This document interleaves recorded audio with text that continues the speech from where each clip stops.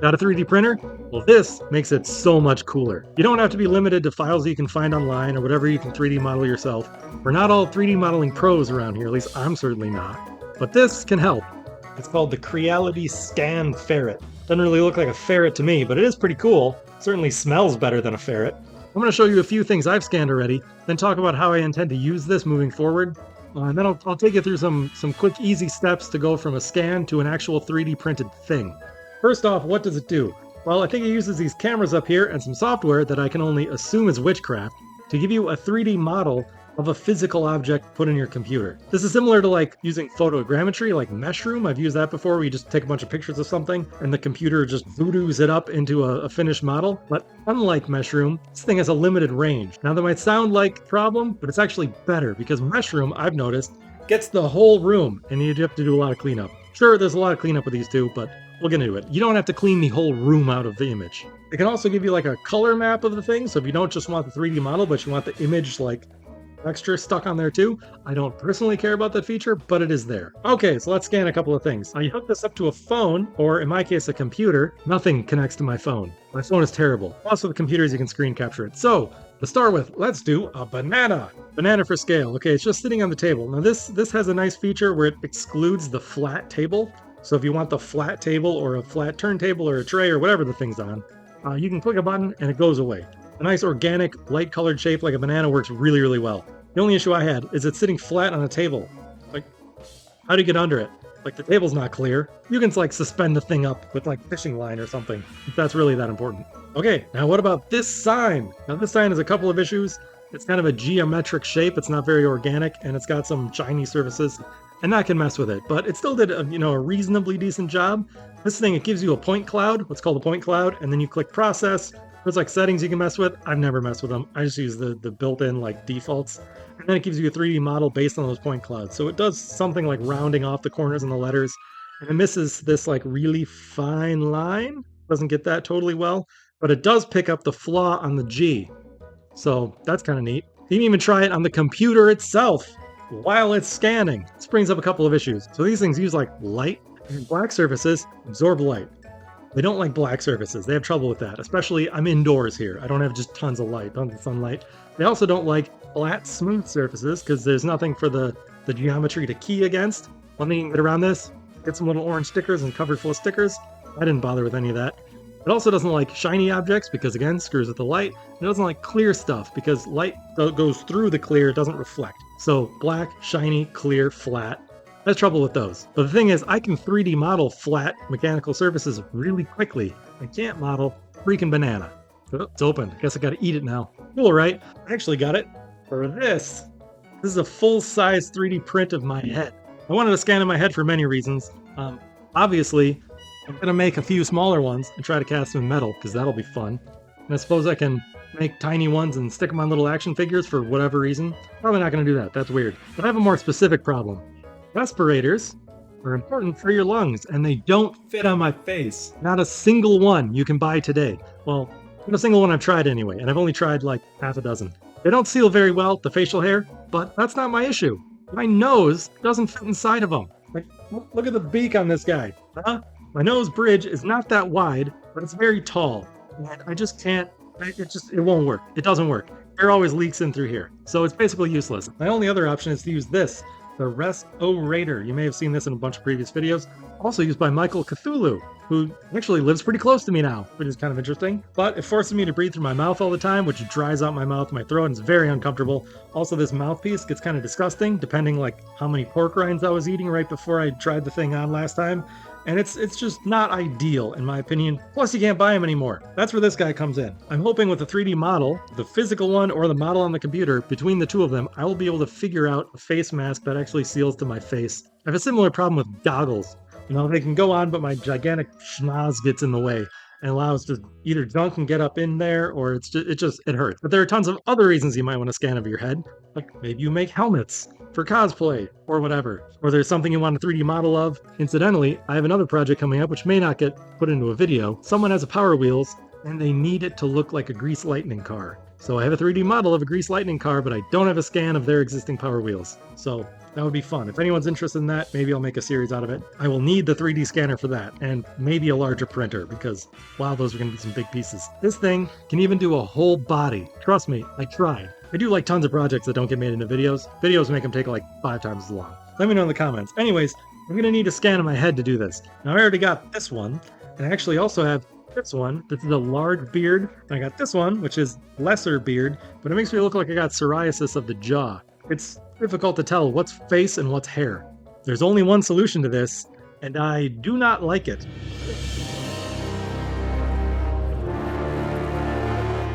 No more beard! It'll grow back, don't worry. I did a scan of a friend of mine. He's got no beard and short hair. It went perfect. I'm gonna have to deal with the hair problem, but we'll live. I really just need the face. Okay, so this is how it works. I plug it into a computer over here. I'm going to do a screen capture here. You can see what's going on. You can select scan. It's got a bunch of presets, including one for face. The normal one, you can kind of pick what size you want. You know, if you want something small, just know, like, if it's a Hot Wheels car, it's not going to pick up the detail. It's too small.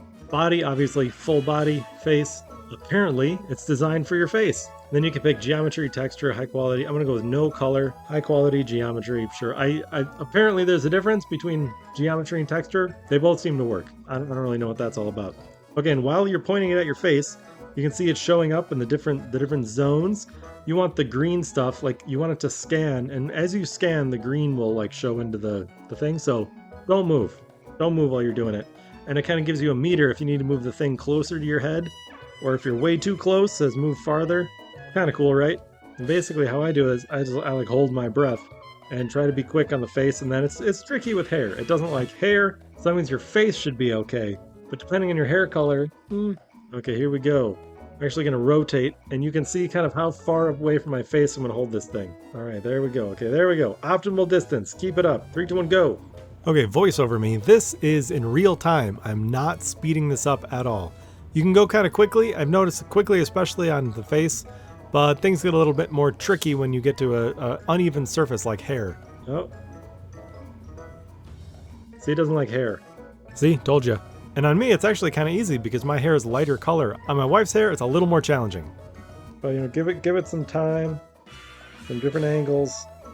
You might be able to do it.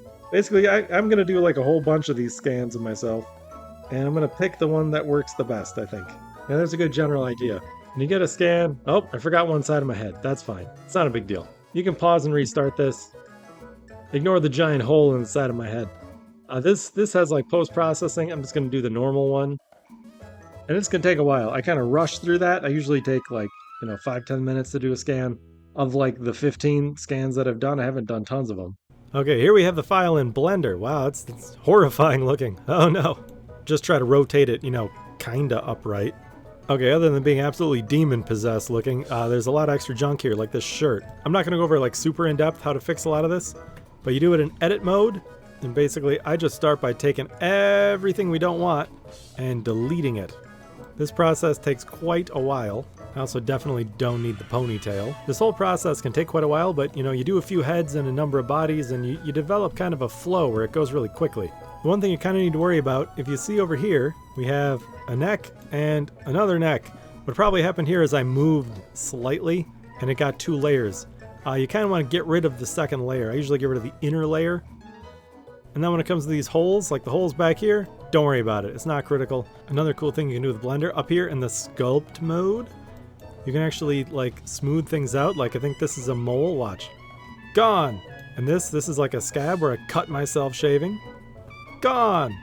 And this is lumpiness, which you get sometimes. It doesn't scan like flat surfaces, especially if you move a little bit. And I do have some stubble left. So you can just kind of...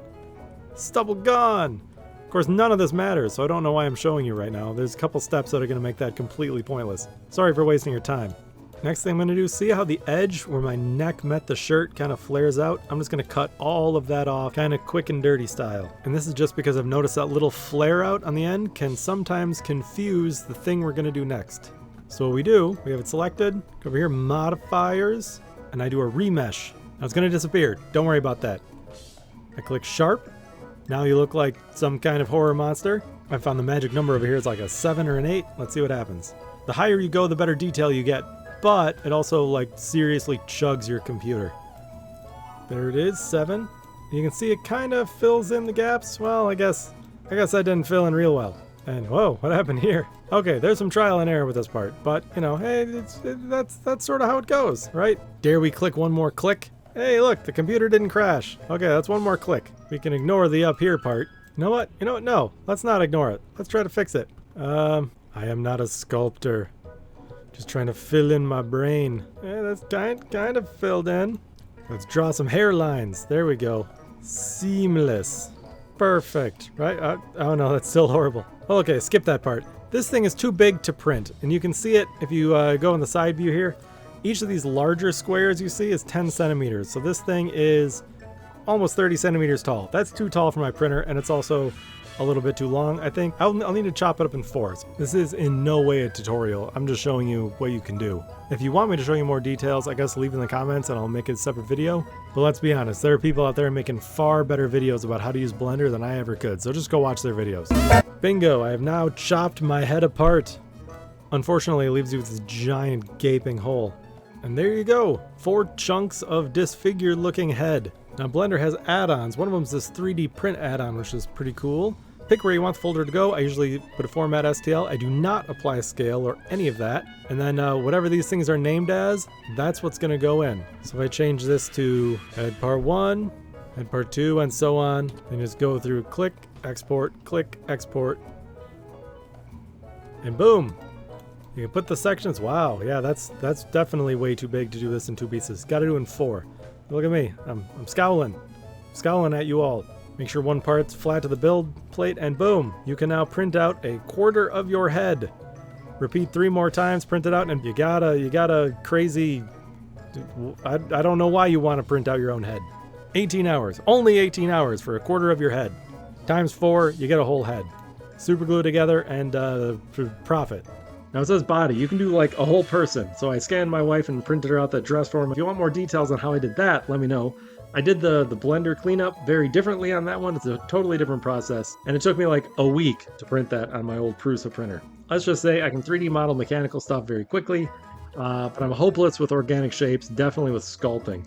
Fortunately, this tool kind of fixes that problem. If there's anything you'd like to see me do with this, let me know. I'll give it a shot. And next time, I think I'm going to try to make one of these guys in metal, because metal's better.